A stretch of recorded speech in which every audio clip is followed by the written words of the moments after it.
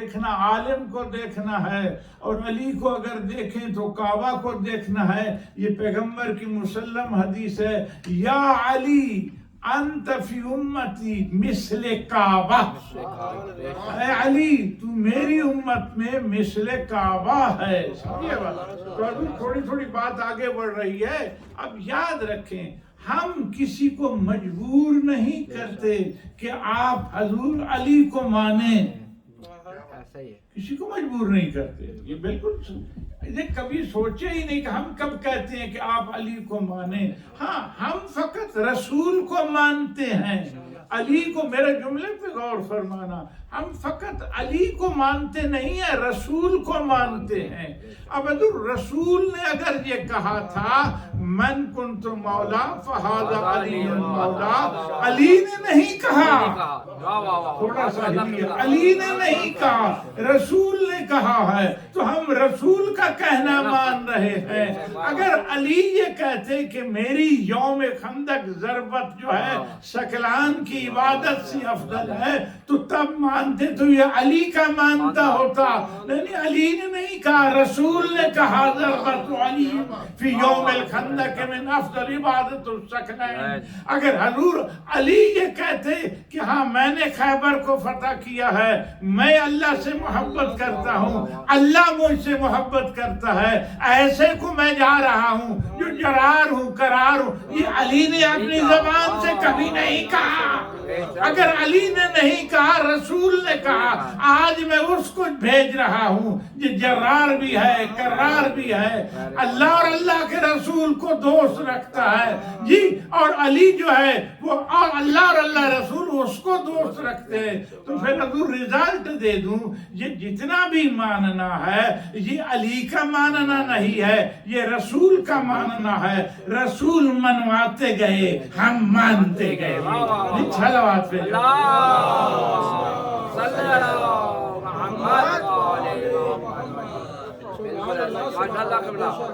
اب حضور آج تھوڑا سا اور آگے بڑھنا چاہتے ہیں اور توجہ چاہتا ہوں۔ یاد رکھو کہ آج جو میں نے جس آیہ کو عنوان بیان قرار دیا ہے، حضور یہ کیا ہے؟ یا ایھا الذین آمنوا اتقوا اللہ، اللہ اکبر، وکونوا مع الصادقین، اے ایمان والو، اتقوا اللہ، حضور امر ہے، آرڈر ہے، ڈرو اللہ سے، بولیے ڈرو اللہ سے ڈرو، بندے سے نہیں، اللہ سے ڈرو، اتقوا اللہ وکونوا مع الصادقین، اور ہو جاؤ سچوں کے ساتھ۔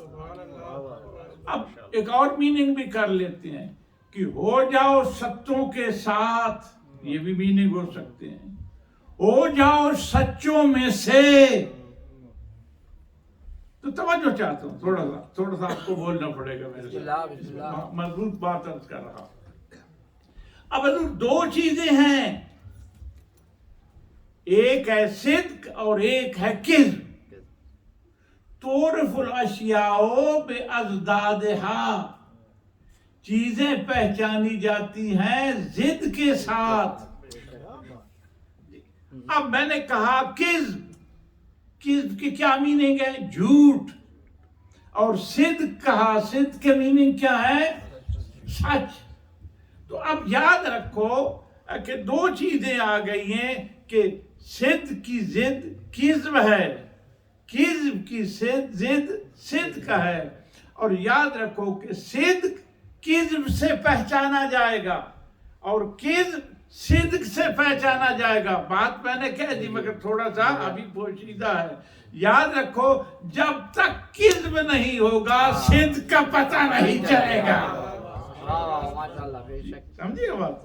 تو اس لیے حضور یاد رکھو کہ جب تک آرٹیفیشل ڈائمنڈ نہیں ہوگا حقیقی ڈائمنڈ کا کیسے پتہ چلے گا؟ صلوات بھیج دو۔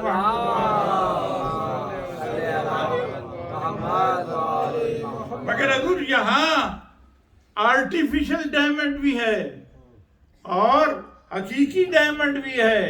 تو یاد رکھو دونوں پڑے ہوئے ہیں، ایک زیادہ چمک رہا ہے، ایک کم چمک رہا ہے. پہچان آپ نے کرنی ہے اصلی کون ہے، نکلی کون ہے. محمد بلندر صلوات.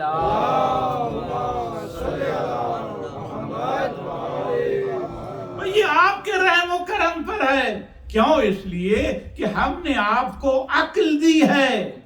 اب ہم ہر منزل پر نہیں بتائیں گے، آپ نے خود تلاش کرنا ہے. بھئی کیسے تلاش کرنا ہے؟ قرآن مجید کو تعریف کی کیا ضرورت ہے؟ قرآن حضور کو خوشامد پسند ہے؟ تھوڑا سا بولیے حضور، قرآن کو کیا ضرورت ہے خوشامد کرنے کی؟ کوئی برا ہے تو اس کو برا کہہ رہا ہے، کوئی اچھا ہے تو اس کو اچھا کہہ رہا ہے. قرآن تو کسی کی جب تعریف کرتا ہے تو اس کو پہلے ٹٹولتا ہے، اور کسی کی مذمت کرتا ہے تو اس میں سب چیز دیکھتا ہے کہ یہ کس قابل ہے.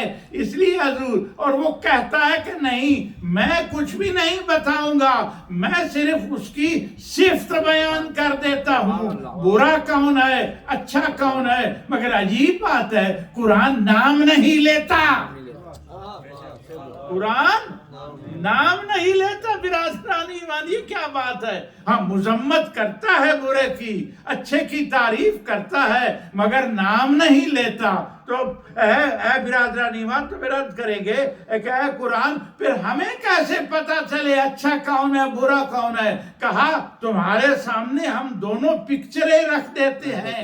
ایک کے بارے فرمایا کأنہم بنیان مرصوص، کہ یہ میدان میں جاتا تو سیسہ پلائی ہوئی دیوار ہے، اور دوسری طرف قرآن نے کہہ دیا کہ بالغت الحناجر، اور ان کے دل منہ کو آ گئے. تو دونوں پکچریں آ گئی نا میدان کی. جب میدان کی آ گئی تو فرمایا اب یہ تمہارا کام ہے، تم نے ادراک کرنا ہے کون جرار ہے کون فرار ہے.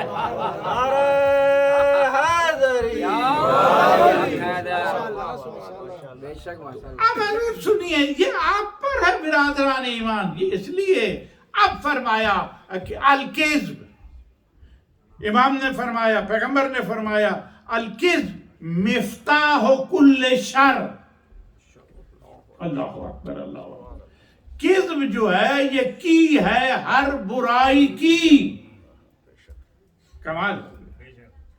اور پھر یاد رکھو قرآن کی آیت بھی پڑھ دوں، ان اللہ لا یہدی من هو مسرف کذاب. خداوند کریم جو سب سے زیادہ جھوٹ بولے اس کی ہدایت نہیں کرتا. حضور یہ چیزیں سننے کی ہیں جی، خدا اس کی ہدایت نہیں، اس لیے کہ وہ جھوٹا ہے. تو معلوم ہو جھوٹ اتنی بری چیز ہے. تو فرمایا کہ جھوٹ برا ہے، اور اس کے مقابلے کے میں کیا فرمایا؟ الصدق زین اللسان، سچائی زبان کی زینت ہے، بیوٹی ہے. اللہ اکبر. الصدق لباس الایمان، ارے صدق سچائی جو ہے یہ ایمان کا لباس ہے. اس کے بعد فرمایا الصدق لباس الیقین، صدق جو ہے یہ لباس یقین ہے. تو امیر المومنین نے فرمایا من قدر الرجل علی قدر ہمت ہی، کہ ہر آدمی کی قدر و قیمت جو ہے اس کی ہمت کے مطابق ہے. اللہ اکبر. ومن مروت ہو، تو فرمایا کہ جو جتنا جوان مرد ہوگا وہ اتنا سچا ہوگا. جو جتنا جوان مرد ہوگا وہ اتنا سچا ہوگا. اور یاد رکھو کہ دنیا میں جتنی بھی برائی ہے حضور وہ کذب کی وجہ سے ہے. جی اس لیے معصوم نے فرمایا کہ الکذب مفتاح کل شر. اللہ اکبر.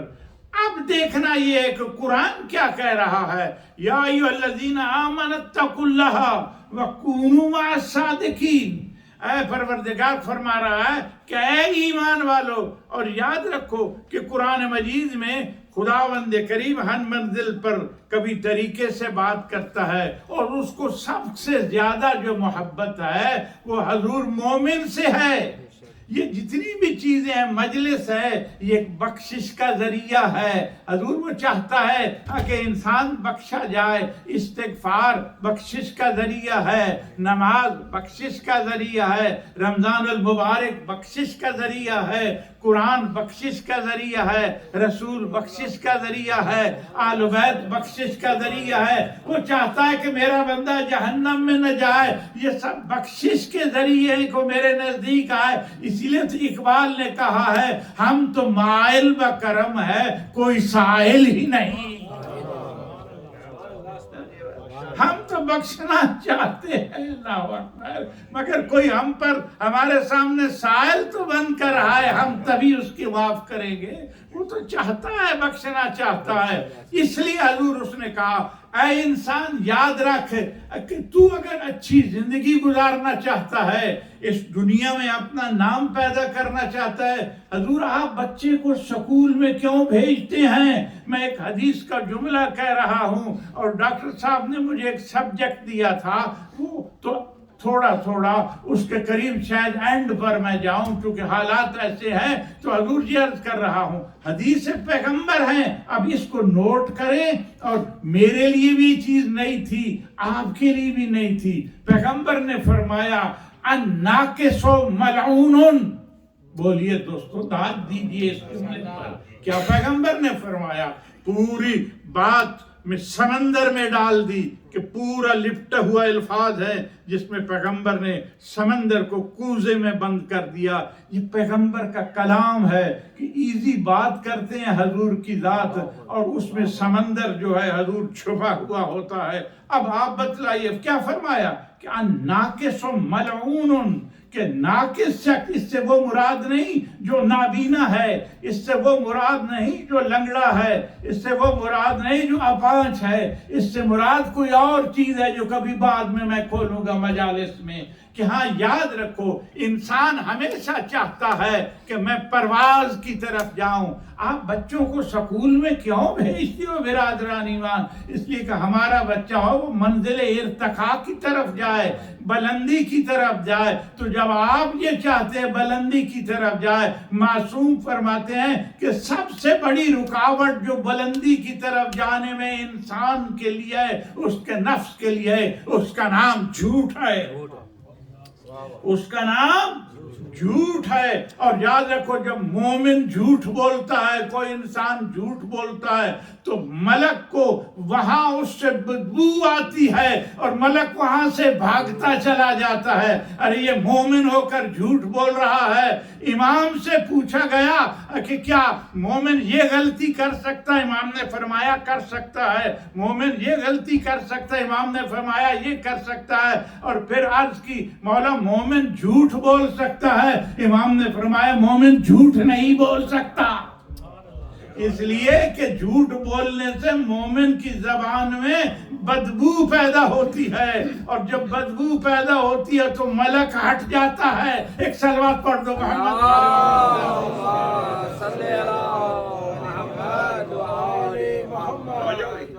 اب خدا جو حکم قرآن مجید میں یا ایھا الذین آمنوا، اے ایمان والو، کلو من الطیبات، یعنی کھاؤ تم تو طیبات کھاؤ۔ یہ کیوں کہہ رہا ہے؟ اس لیے کہ طیبات میں تمہارا فائدہ ہے۔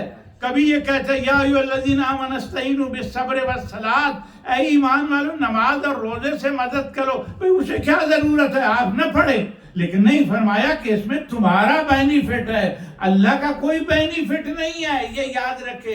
تو اس لیے حضور کسی جگہ پر مومن سے جب وہ بات کرتا ہے اس پیار سے کرتا ہے، مگر یہاں پیار سے بات نہیں ہو رہی۔ یا ایھا الذین آمنوا اتقوا اللہ، اتقوا اللہ، اللہ سے ڈرو۔ ڈرنے کا کیا مانا گیا ہے حضور؟ ڈرنے کے لیے کہ دور ہو جاؤ اللہ سے؟ نہیں، اللہ سے دور ہونے کا مقصد یہ نہیں ہے، ہاں کہ اللہ کے قریب ہو جاؤ، رسول کے قریب ہو جاؤ۔ اب اس کے دو میننگ ہوں گے۔ ایک تقویٰ کا میننگ ہے کہ ڈرو، ڈرنے کا میننگ ہے کہ آپ خوف کھائیں اس کام کے کرنے سے۔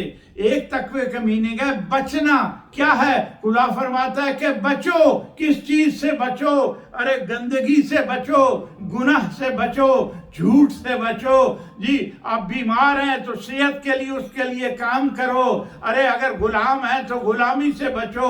اگر جاہل ہے تو حضور جہالت سے بچو. تو معلوم یہ ہوا کہ تقوی کے 2 میننگ ہو گئے. کہیں بچنا ہوتا ہے, کہیں ڈرنا ہوتا ہے. جہاں ڈر کی بات ہوتی ہے وہاں اللہ کے لیے ہوتا ہے, اور جہاں رسول ہوتا ہے, اہل بیت ہوتے ہیں, قرآن ہوتا ہے, اس سے ڈرنا ہوتا ہے. اب پروردگار تو اتنا زور کیوں دے رہا ہے؟ تو اس لیے ہمیں کیا پتا چلے برادران ایمان کہ سچا کسے کہتے ہیں.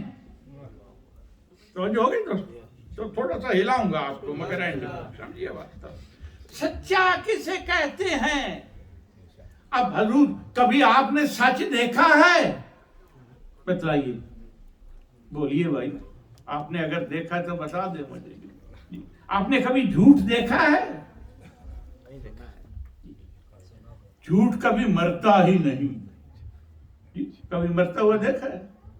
تو معلوم ہوا برادران ایمان کہ جھوٹ مرتا نہیں, سچ آپ نے دیکھا نہیں. تو پھر کیسے پتا چلے یہ سچ ہے یہ جھوٹ ہے؟ تو ماننا پڑے گا کہ کچھ تصویریں سامنے لانی پڑیں گی. اب پھر حضور تھوڑا سا ہم الجھن میں پڑ گئے. وہ کیا ہے؟ وہ یہ ہے کہ ہاں صدق میں آپ میرے سامنے آئے, آپ نے مجھے 3 خبریں نیوز دی کہ یہ بات مولانا یہ ہے 3 دن دیتے رہے. تو میں فوراً کہہ اٹھا کہ ہاں یہ صادق القول ہے. تھوڑا سا ہلاؤں گا, تھوڑا سا توجہ چاہتا ہوں. صادق القول ہے یعنی بات کرنے میں سچا ہے. تو سب کی تعریف میں کرنے لگا, سب کے سامنے اس کی, حضور کتنا سچا ہے کتنا سچا ہے. آپ بول کڑے مولانا ہاں یہ صادق القول تو ہے, مگر صادق الوعد بھی ہے یا نہیں؟ جب وعدہ کرتا ہے میں اس کے پاس 10,000 پاؤنڈ رکھتا ہوں, اور حضور وعدہ کرتا ہے, اور وعدہ کرنے کے بعد حضور میں اس کے پاس جاتا ہوں, وہ مجھے حضور میں نے امانت رکھی تھی مجھے واپس دے دو, تو وہ واپس بھی کرتا ہے یا نہیں؟ اگر کرتا ہے تو پھر ماننا پڑے گا وہ صادق الوعد بھی ہے. اس لیے پیغمبر جب جانے لگے تو جو امانتیں تھی پیغمبر کے پاس کفار کی, شب ہجرت کفار کی امانتیں تھی نا پیغمبر کے پاس, مومنوں کی تھی نہیں. تو کس کی تھی حضور؟ وہ کس کے سپرد کر کے گیا؟ تھوڑا سا بولیے دوستو, سو کیوں گئے؟ وہ کس کے سپرد کر کے گیا؟ یہ علی کے سپرد کر کے گیا. تو علی کو لسٹ دی تھی, علی کو لسٹ دی تھی.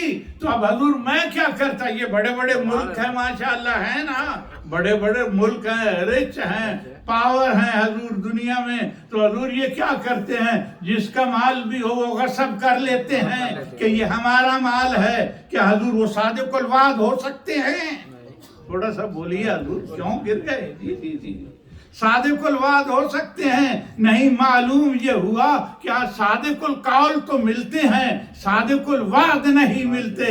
کہ جہاں وہ وعدے کا بھی سچا ہے, امانت رکھی ہے تو اس نے دے دی, مگر ہاں رسول جا رہے تھے, یا علی یہ امانتیں پاس رکھ لو اور جن جن کی ہے واپس دے دو. میں کہتا ہوں کہ لسٹ نہیں دی, مگر کسی نے آج تک ہسٹری میں شکایت بھی نہیں کی. کیا علی ہماری امانت آپ نے نہیں دی, رسول کو تو ہم نے دی تھی, کسی نے شکایت نہیں کی, مگر نہ رسول نے لسٹ دی. اس لیے رسول جانتے تھے کہ جو جانے والے کا علم ہے وہی سونے والے کا علم ہے. محمد وآل محمد بلند تر صلوات.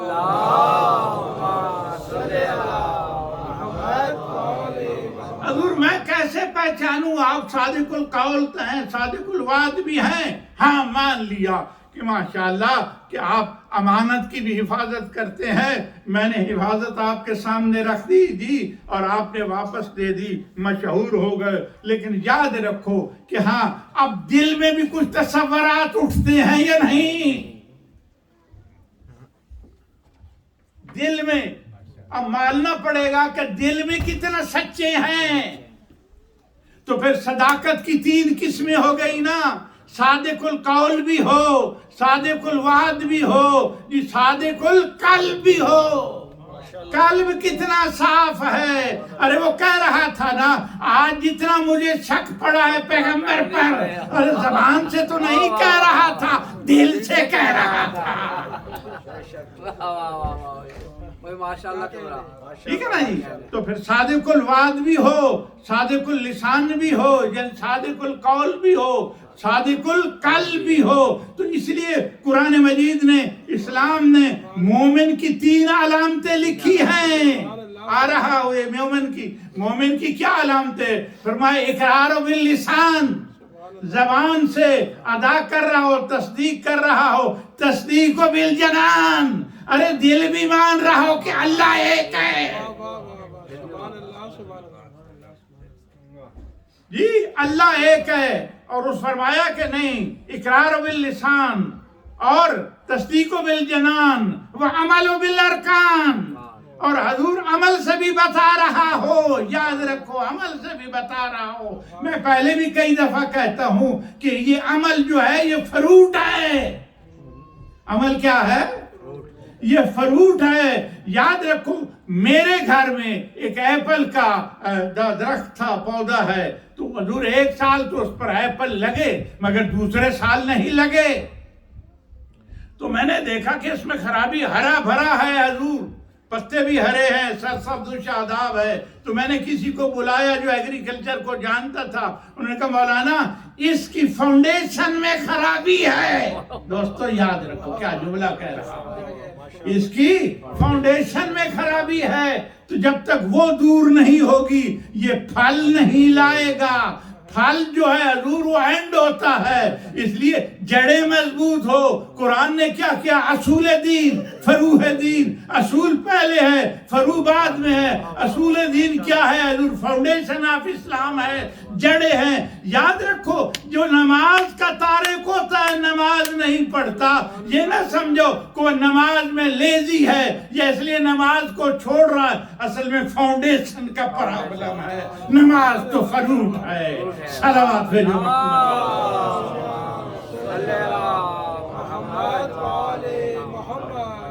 اب حضور پریشانی ہو گئی پروردگار کہ تو کہتا ہے کہ سچوں کا ساتھ دو.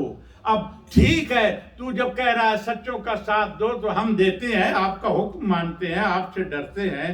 اب دیکھنا یہ ہے صادق القول بھی وہ ہو، صادق الوعدہ بھی ہو، دل سے بھی تجھے صحیح مان رہا ہو. جب دل سے تجھے صحیح مان رہا ہو تو اس کے بعد پتہ چلے گا کہ یہ صادق القول ہے، صادق الوعد ہے، یہ صادق ہے. ایسے نہیں کہہ دیا. امام چھٹے امام فرماتے ہیں خداوند کریم نے کسی نبی کو مبعوث نہیں فرمایا ان اللہ لا یبعث نبیا الا بصدق الحدیث واداء الامانہ، کہ خداوند کریم نے کسی نبی کو نبی نہیں بنایا. نبی بنانے سے پہلے اس کو 2 صفتیں دی ہیں. ایک صدق کی حدیث، جب وہ بولتا ہے تو سچی بات کہتا ہے، اور اس کے بعد امانت رکھ دی جاتی ہے تو امانت میں خیانت نہیں کرتا. یاد رکھو یہ پورا قرآن آپ نے کس سے لیا ہے؟ نبی سے لیا ہے. تو کمال نبوت نہیں اس کے صدق کا. تو وہ 2 باتیں کرتا ہے، کبھی وہ کہتا ہے یہ قرآن ہے، کبھی یہ کہتا ہے یہ حدیث ہے. تو پھر اس کی صداقت پر اس سے بڑھ کر اور ایمان کیا ہو سکتا ہے کہ ایک کو وہ قرآن کہہ رہا ہے، ہم اس کو قرآن مانتے ہیں، ایک کو وہ حدیث کہہ رہا ہے، اس کو ہم حدیث مانتے ہیں. محمد وآل محمد بلند تر صلوات.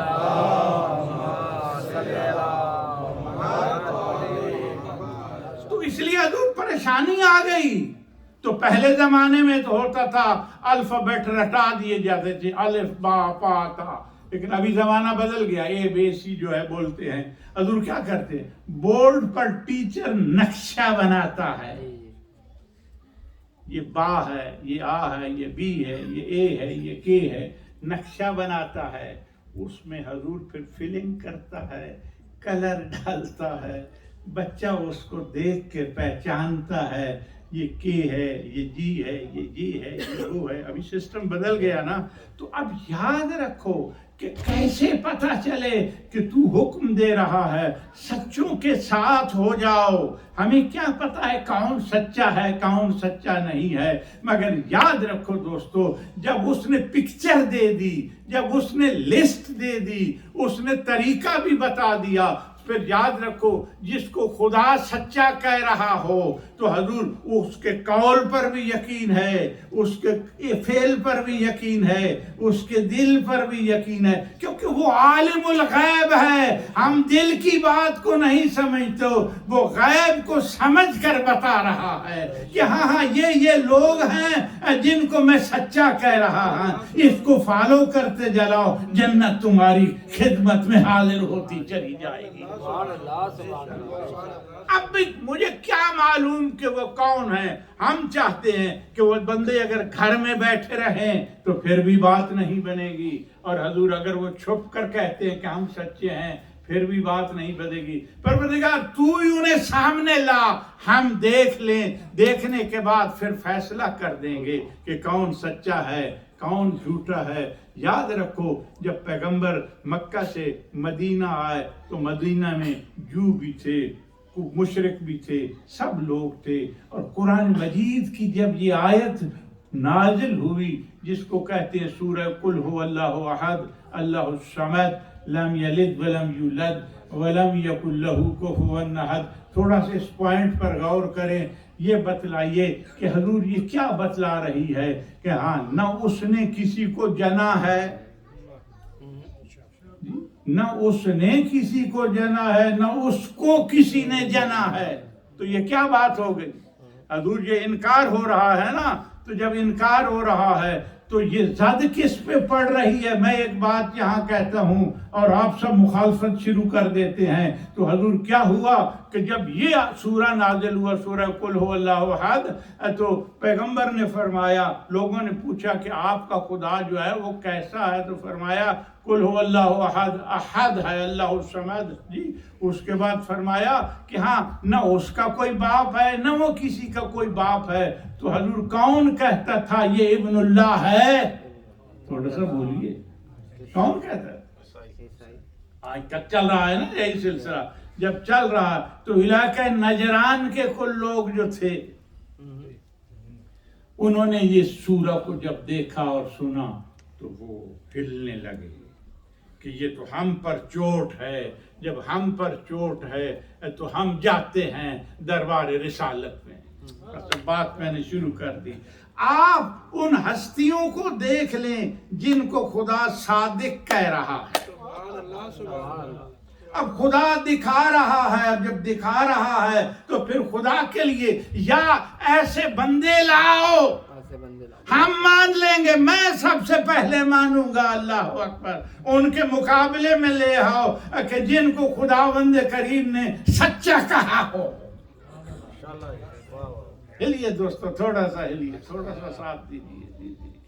اب حضور وہاں سے ایک پورا سلسلہ چلا، اس کہتے ہیں کہ 60 پیپل تھے، گروپ چلے، اور اس میں 3 لیڈر تھے،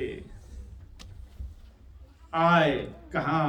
مدینہ میں، اور جب گھر سے چلے تو حضور فاخرہ لباس پہن کے، فاخرہ نہیں بلکہ زر و جواہر سے بنے ہوئے لباس تھے، وہ پہن کے چلے۔ جب چلے تو اس میں مرکزی افراد 3 تھے، جب 3 تھے تو میں بعض اوقات ہنستا بھی ہوں اور روتا بھی ہوں کہ اللہ کے مقابلے میں بھی 3 ہی آئے، رسول کے مقابلے میں بھی 3 ہی آئے، اور علی کے مقابلے میں زندہ باد نعرہ حیدری۔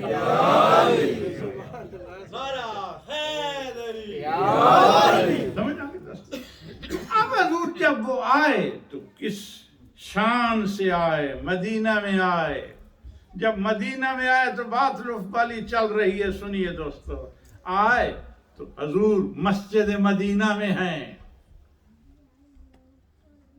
تو انہوں نے آ کر سلام کیا۔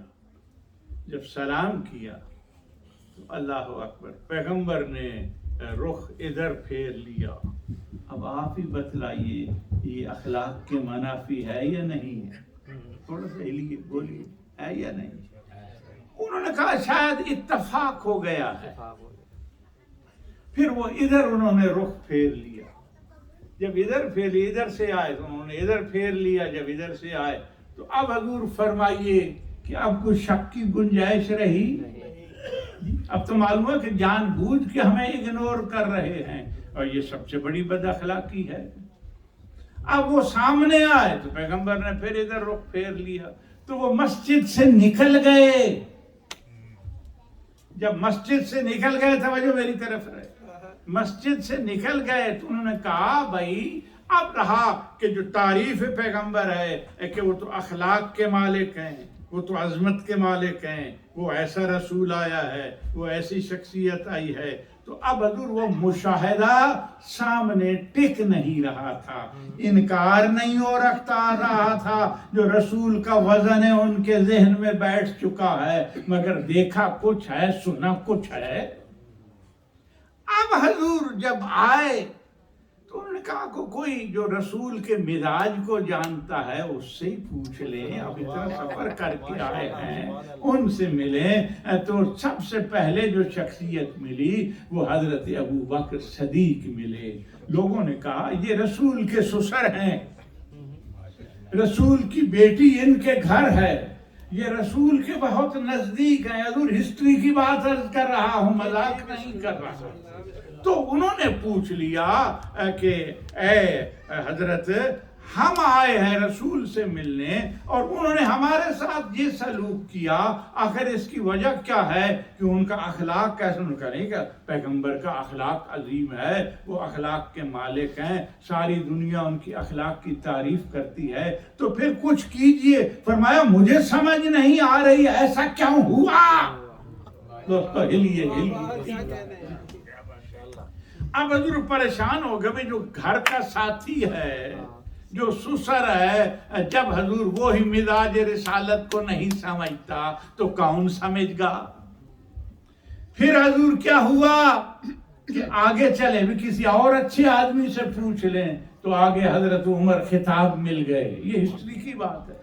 تو ان سے پوچھا کہ حضور ہمارے ساتھ تو یہ ہوا، اور ہم نے حضرت ابوبکر صدیق سے بھی پوچھا، اب آپ سے پوچھتے ہیں، رسول سے ملنے آئے تھے، اتنے دور سے آئے تھے، تو ہمیں تو وہ ملاقات کا شرف ہی نہیں دے رہے۔ تو انہوں نے کہا رسول کے تو اخلاق عظیم ہیں، اس میں کوئی شک نہیں، ظاہر صحابہ کرام تھے۔ تو انہوں نے فرمایا کہ میں نہیں سمجھتا، تو وہ وہاں سے بھی مایوس ہو کے آگے بڑھے۔ جب بڑھے تو کسی نے پوچھ لیا کہ کیوں آئے ہو؟ کہا یہ پریشانی ہے۔ کہا کہ میں ایک دروازہ بتاتا ہوں، وہاں چلے جائیں۔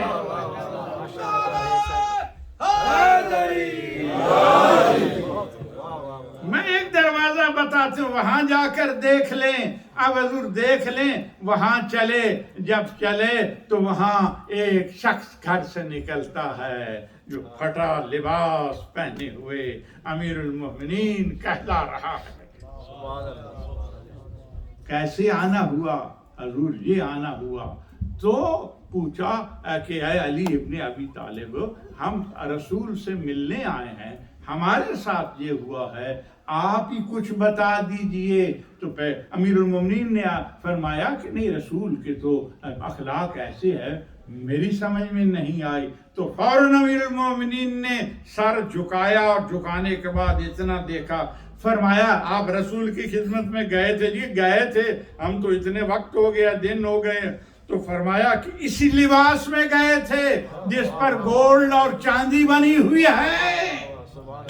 سن رہے ہیں دوست؟ گولڈ اور چاندی بنی۔ انہوں نے کہا کہ ہم اسی لباس میں گئے تھے۔ فرمایا آپ نے بہت غلط کیا، اب اگر آپ کیسر و کسرا کے بادشاہ ہوتے، نمائندے ہوتے، تو یہ لباس پہن کر جاتے، پیغمبر تم سے ملتے۔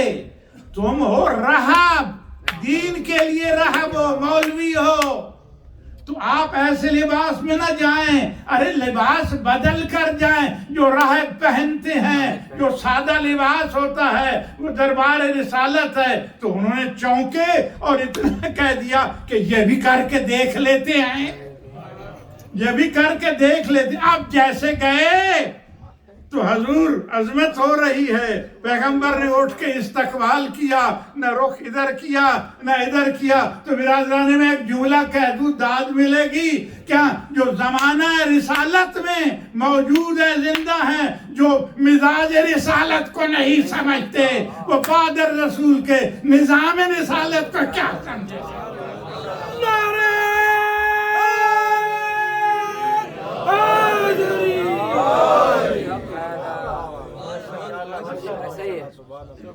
اب حضور تو برکتیں ہو رہی ہیں، عزت ہو رہی ہے، تو اب ان کی نگاہ میں بھی یہ بات آ گئی کہ ہاں یہاں سیم و زر کی قدر نہیں ہے، یہاں اخلاق کی قدر ہے، یہاں غریب کی قدر ہے، امیر کی قدر نہیں ہے. تو اب حضور باتیں ہونے لگی، وقت میرا ختم ہو گیا، شاید اس سب کو میں کل لے کر آگے بڑھوں. اب تھوڑا سا حضور عرض کرنا چاہتا ہوں. اب کیا ہوا؟ باتیں ہونے لگی، مختلف مسائل پوچھے گئے. ایک بات آ گئی امیر المومنین کی، وہ سنا دوں. امیر المومنین سے کسی نے پوچھا کہ وہ کون سا عمل ہے جس کو کریں پھر بھی گناہ ہے اور جس کو نہ کریں پھر بھی گناہ ہے؟ امیر المومنین نے کسی نے پوچھا. تو امیر المومنین نے مسکرا کے فرمایا، یہ وہ ہے لا تقربوا الصلاۃ وانتم سکارا، کہ تم نماز کی حالت میں، نشے کی حالت میں نماز نہ پڑھو. نشے کی حالت میں وہی نماز پڑھ رہے ہو پھر بھی گناہگار ہو، نہ پڑھو پھر بھی گناہگار ہو.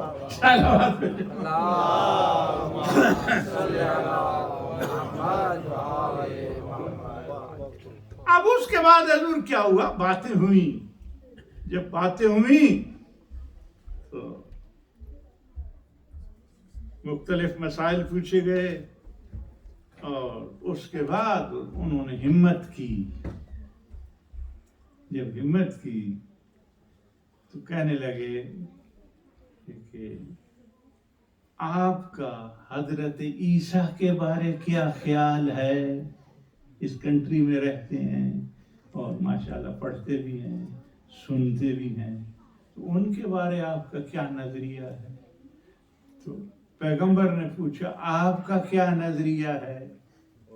تو انہوں نے کہا ہم تو ان کو ابن اللہ مانتے ہیں. پیغمبر نے پلٹ کر کہا ان کو عبداللہ مانتے ہیں.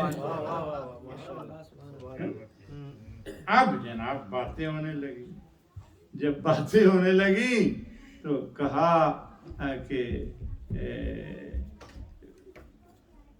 وہ ابن اللہ ہے. فرمایا کیسے ابن اللہ ہے؟ کہ ان کا کوئی باپ نہیں، وہ بغیر بن باپ پیدا ہوئے. تو پیغمبر نے فوراً سورہ آل عمران کی وہ آیات پڑھ کے سنا دی کہ اگر ان کا کوئی باپ نہیں ہے تو آدم کا نہ کوئی باپ ہے نہ کوئی ماں ہے. تو جب نہ آدم کا کوئی باپ ہے نہ ماں ہے تو پھر حضور یاد رکھو کہ پھر ان کو کس نے پیدا کیا؟ حضرت عیسیٰ تو چلو بن باپ کے ہیں. جب بن باپ کے ہیں، اللہ اکبر، تو اس کے بعد فوراً انہوں نے انکار کر دیا. اب یاد رکھو کہ جب دلیل نہ کوئی مانے، برہان نہ مانے، تو اس کے بعد مباہلہ ہوتا ہے. اسی پر میں بات کو یہاں چھوڑ رہا ہوں، کل آگے بڑھاؤں گا کہ مباہلہ کیسے ہوا، کس طرح ہوا حضور، اور کیسے رسول چلے اور کیسے حکم ہوا. کیونکہ اب مصائب کا وقت ہو گیا اور ٹائم جو ہے وہ تنگ ہو رہا ہے، تو اس لیے مصائب کی چند باتیں سن لیں. حضور یہ ہے وہ عظمت، یہ ہے پروردگار تو ہمیں صادقین دکھا رہا ہے. جب دکھا رہا ہے تو اس لیے حکم دیا کہ ہو جاؤ سچوں کے ساتھ. میں نے پہلے بھی عرض کیا، دنیا کی کوئی روایت دکھا دو، کوئی حدیث دکھا دو، کوئی آیت دکھا دو، جب نگاہ الہی میں ان سے بڑھ کر کوئی سچا ہی نہیں. ہم کسی کو جھوٹا نہیں کہہ رہے، مگر ہاں دل میں بھی سچا ہو، وعدے میں بھی سچا ہو، قول میں بھی سچا ہو. تو یہ ان کی سچائی ہے. یاد رکھو کہ میدان کربلا میں آنا پڑا. اب حضور اتنا عرض کر دوں کہ آج کس کی شہادت ہے؟ آج حر کی شہادت ہے۔ امام حسین علیہ السلام منزل اشراف پر پہنچے اور منزل اشراف سے گزر کر منزل ذو حشم پر پہنچے۔ پہنچنے کے بعد دیکھا کہ ایک قافلہ آ رہا ہے۔ ایک صحابی نے عرض کی مولا ہمیں کچھ لوگ نظر آ رہے ہیں۔ دیکھا کہ 1000 کا لشکر اور ساتھ لیے ہوئے امام کی طرف بڑھ رہا ہے۔ حضور عجیب کیفیت مقتل کی کہ امام نے دیکھا، دور سے دیکھا اور اتنا سمجھے کہ پیاسے نظر آتے ہیں۔ جب پیاسے نظر آتے ہیں تو فوراً نزدیک آئے تو مولا نے فرمایا انہوں نے پانی مانگا نہیں ہے۔ امام نے خود فرمایا کہ ہاں ساقی کوثر کا بیٹا ہے بھائی، کیسے پانی روک سکتا ہے؟ فرمایا کہ اے عباس مشکینوں کے منہ کھول دو اور ان کو پانی پلاؤ۔ دوستو مولا وہ بادشاہ سخاوت کا کرم ہے، پانی پلا رہا ہے۔ اور دیکھتے ہیں صاحب مقتل لکھتے ہیں کہ ایک شخص ہے، اس کو اتنی پیاس ہے بلکہ گھوڑوں کو بھی پانی پلایا، لوگوں کو 2 مرتبہ پانی پلایا، گھوڑوں کو 3 مرتبہ پانی میرے مولا نے پلایا۔ اور پھر ایک شخص آتا ہے، حضور وہ کانپ رہا ہے پیاس کی وجہ سے، وہ پانی نہیں پی سکتا۔ امام اٹھے اور اس کی طرف خود مشک لے کر گئے، مگر وہ مشک بھی نہ کھول سکا۔ امام نے اپنے ہاتھوں سے اللہ اکبر مشک کھولی، اس کے ہاتھوں پر پانی ڈالنے لگے۔ میں کہتا ہوں یہ دریائے کرم ہے، آج دیکھ رہے ہیں کہ ہاں آپ ہمیں شہید کرنے آئے ہیں، ہم آپ کو پانی پلا رہے ہیں۔ مگر اس کے بعد حضور جب باتیں چلنے لگی تو حر نے مولا کی خدمت میں عرض کی یا حسین ابن علی میں چاہتا ہوں کہ حکم ہوا ہے پسر سعد کا کہ آپ کا رستہ روک دیا جائے، تو میں آپ کا رستہ روکنے آیا ہوں۔ حضور حر نے رستہ روکا، امام رک گئے۔ 4 محرم کو امام حسین علیہ السلام نے نہر فرات پر کربلا میں پہنچ کر خیمے لگا دیے، کیونکہ حر موجود نہیں تھا۔ امام نے فرمایا اے عباس آپ نہر فرات پر خیمے لگا دیں، ہماری شہادتیں یہاں ہوں گی۔ کل میں جملے 2 چھوڑ گیا تھا مصائب کے کہ جناب زینب جب کربلا کے میدان میں پہنچی تو اس کے بعد جناب سکینہ جناب زینب کی گود میں بیٹھی ہیں اور ایک بگولا ہوا کا اٹھتا ہے، مٹی کربلا کی اٹھتی ہے، سکینہ کے سر پر آ کر جم جاتی ہے۔ جناب زینب نے فرمایا اے اماں فضا جب ذرا بھیا حسین کو بلاؤ۔ جناب زینب نے بلایا، اماں فضا گئیں، اے آقا حسین آپ کو بہن بلا رہی ہے۔ جب آئی کیوں بہن یاد فرمایا کہ اے حسین شام سے پہلے سرزمین سے نکل جاؤ، اس لیے کہ سکینہ کے سر میں بگولا اٹھتا ہے اور وہ مٹی بیٹھ جاتی ہے۔ میں نے اس مٹی کو لیا ہے اور سونگا ہے، جب سونگا ہے تو مجھے آپ کے خون کی خوشبو آ رہی ہے۔ ہاں امام نے فرمایا بہن اب قیامت تک ہم یہاں ہی رہیں گے، جب رہیں گے تو اب حضور 4 محرم کو امام نے خیمے لگا دیے نہر فرات پر۔ جب نہر فرات پر خیمے لگ گئے اب اس کے بعد حضور کیا ہوا کہ حر کو پسر سعد کا آرڈر آیا۔ پسر سعد نے کہا اے حر میں نے سنا ہے کہ حسین کے خیمے نہر فرات پر لگ گئے ہیں، ان کو فوراً ہٹا دیا جائے۔ دوستو جملے سنو گے، اب حر کا پیغام آیا کہ پسر سعد نے مجبور کیا یا مولا آپ اپنے خیمے نہر فرات سے ہٹا لیں۔ امام نے آرڈر دے دیا کہ نہر فرات سے خیمے ہٹا دیے جائیں۔ اب جیسے حکم دیا ایک صحابی امام نے نہر فرات سے خیمے کو ہٹایا، جیسے ہی ہٹایا تو حضرت عباس علیہ السلام کی نظر پڑی، فوراً فرق گئے، فرمایا تلوار کو بے نیام کیا۔ کہا کس نے کہا ہے کہ خیمے خیمے نہر فرات سے اٹھائے جائیں، نہیں اٹھیں گے۔ تو کہا کہ امام نے حکم دیا ہے۔ اب امام کا نام تو سننا تھا، مگر ہاں حضور سر جھکا دیا، لیکن حضرت عباس کو جلال آیا ہوا ہے۔ امام حسین علیہ السلام بھائی کے پاس نہیں جاتے اور اتنا نہیں کہتے کہ عباس خیمے اٹھاؤ میرا حکم ہے، خیمے میں آتے ہیں، جناب زینب سے عرض کرتے ہیں اے بہن زینب بھائی عباس کو جلال آ گیا ہے، میں نے خیمے اٹھانے کا حکم دیا ہے، آپ ہی عباس کو کہیں کہ وہ خیمے ہٹا دے۔ حضور جناب زینب نے حضرت فضہ کو بھیجا، حضرت عباس تشریف لائے، جناب زینب کے سامنے سر خم کر کے کھڑے ہو گیا۔ اے بہن، اے علی کی بیٹی، کیوں یاد فرمایا ہے غلام کو؟ تو جناب زینب نے اتنا کہا کہ کوئی جواب نہیں دیا، فرمایا کہ اے عباس خیمے اٹھیں گے۔ جب اتنا کہا تو عباس نے آگے پلٹ کر کہہ دیا اے بہن پھر پانی نہیں ملے گا، پھر پانی نہیں ملے گا۔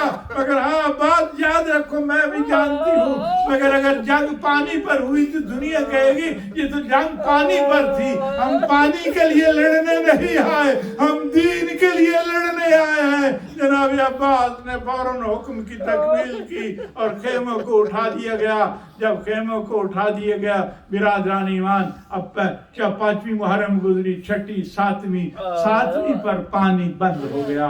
جب بند ہو گیا اس کے بعد حضور 8ویں آئی، 9ویں آئی، 10ویں شب عاشور جب آئی، اللہ اکبر، اور عاشور کا دن جب ظاہر ہوا تو حر جو ہے حضور وہ اپنے خیمے سے نکلتا ہے، اور مرہ بن قیس ایک نامی شخص ہے، وہ گھوڑوں کا سعیس ہے، اور اس کے آگے آ کے کھڑا ہو گیا تو اتنا پوچھا کہ اے مرہ آج گرمی کیسی ہے، آج گرمی کیسی ہے؟ تو مرہ نے کہا کہ اے حر آج تو گرمی بہت زیادہ ہے، ابھی حضور سورج نکلا ہی نہیں تو گھوڑوں کی ٹاپیں جو ہیں وہ زمین پر نہیں رکھ رہے، میں گھوڑوں کے پاؤں پر پانی ڈال رہا ہوں۔ یہ کہنا تھا تو حر نے اتنا کہا کہ گھوڑے تو پانی پیے، مگر جو العطش کی ساری رات وہاں آوازیں آتی رہی ہے، رونے کی آوازیں آتی رہی ہیں، ارے وہ کون ہے؟ تو مرہ کہتا ہے حر میں تجھے بہت بہادر سمجھتا تھا،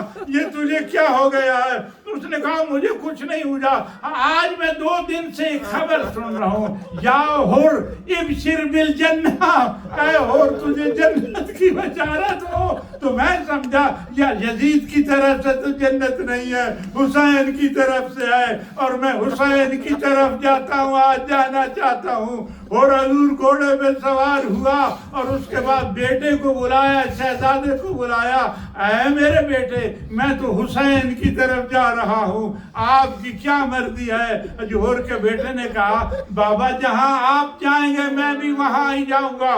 ارے دونوں باپ بیٹا چلے، جب چلے تو ہر ایک منزل پر پہنچا جدھر امام نے حضرت عباس کو بلایا، شہزادہ علی اکبر کو، کہ اے عباس اور شہزادہ علی اکبر ایک میرا مہمان آ رہا ہے، اس کے استقبال کے لیے آگے بڑھیے۔ دوستوں کہا کون مولا آ رہا ہے؟ اس وقت تو پوری زمین گری ہوئی ہے، فرمایا کہ ایک شخص آ رہا آپ خود دیکھ لیں گے۔ مگر دوستوں جب ہر وہاں پہنچا اپنا گلو بند اتارا، دونوں ہاتھوں کو باندھا، باندھنے کے بعد سر کو جھکا دیا، حضرت عباس کی طرف دیکھتا نہیں ہے۔ جب دیکھتا نہیں ہے حضرت عباس نے آگے بڑھ کر اے حر تم ہمارے مہمان ہو سینہ سے لگایا، پیار کیا اور حسین کی خدمت میں پہنچا، سر قدموں پہ رکھ لیا، مولا میری خطا معاف ہو سکتی ہے۔ امام نے اتنا کہہ دیا اے یا حر انت الحر فی الدنیا والآخرہ، اے حر میں نے تجھے آزاد کیا دنیا اور آخرت میں۔ تو حضور حر آگے بڑھا، جب بڑھا تو اس کے بعد ایک مرتبہ وہاں تکبیر کی آواز بلند ہوگی، جملے سنو گے تکبیر کی آواز کا بلند ہونا تھا تو حضرت زینب نے فرمایا اے اماں فضا کو خوشی کی لہر دوڑ گئی ہے، یہاں کون سا موقع ہے؟ تو حر اتنا عرض کر رہا تھا مولا میں نے آپ پر پانی بند کیا، مولا میں نے آپ کا راستہ روکا، مولا میں نے آپ کی ذوالجناح کی لجام میں ہاتھ ڈالا، مولا میری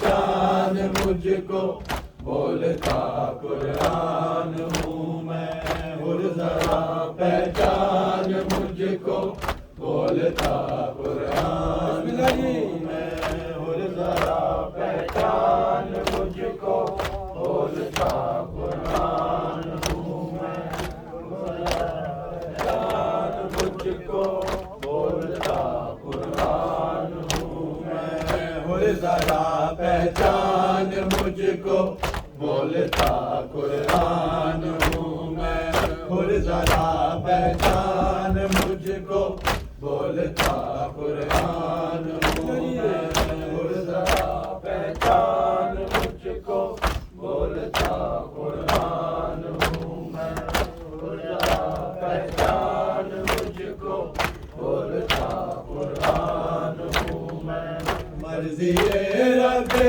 جلی ہوں مرضی رب جلی ہوں درد کا سلطان ہوں میں اور ذرا پہچان مجھ کو بولتا قرآن ہوں میں اور ذرا پہچان مجھ کو بولتا قرآن ہوں میں اور ذرا پہچان مجھ کو بولتا قرآن ہوں میں تو میرے بچپن کا وعدہ مانگا تھا تجھ کو خدا سے تیرا آنا کربلا میں لکھا ہے میری رضا سے تو بہتر میں ہے شامل تو بہتر میں ہے شامل اور تیری پہچان ہوں میں اور ذرا پہچان مجھ کو بولتا قرآن ہوں میں اور ذرا پہچان مجھ کو بولتا قرآن ہوں میں اور ذرا پہچان مجھ کو بولتا قرآن ہوں میں اور ذرا پہچان مجھ کو بولتا قرآن ہوں میں اور ذرا پہچان مجھ کو بولتا قرآن ہوں بسم اللہ اور ذرا پہچان مجھ کو بولتا قرآن ہوں میں اور ذرا پہچان مجھ کو بولتا قرآن ہوں میں تو میرے بچپن کا وعدہ مانگا تھا تجھ کو خدا سے تیرا آنا کربلا میں لکھا ہے میری رضا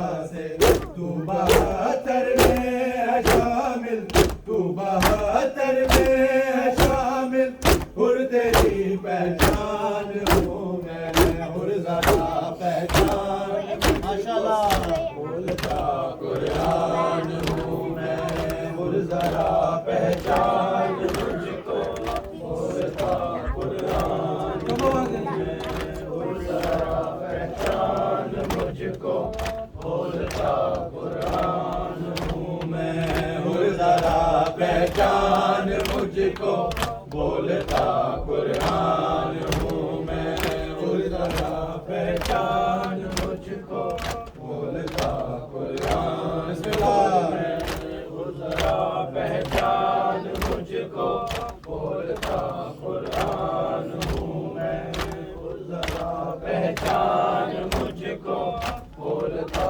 قرآن ہوں میں حسین بن علی ہوں مالک خلد بری ہوں مٹی میں دریا ہے میرے فطرت پیاسا نہیں ہوں اور میرے سینے سے لگ جا اور میرے سینے سے لگ جا آج کا مہمان ہوں میں اور ذرا پہچان مجھ کو بولتا قرآن ہوں میں اور ذرا پہچان مجھ کو بولتا قرآن ہوں پہچان مجھ کو بولتا قرآن ہوں میں ذرا پہچان مجھ کو بولتا قرآن ہوں میں اور ذرا پہچان مجھ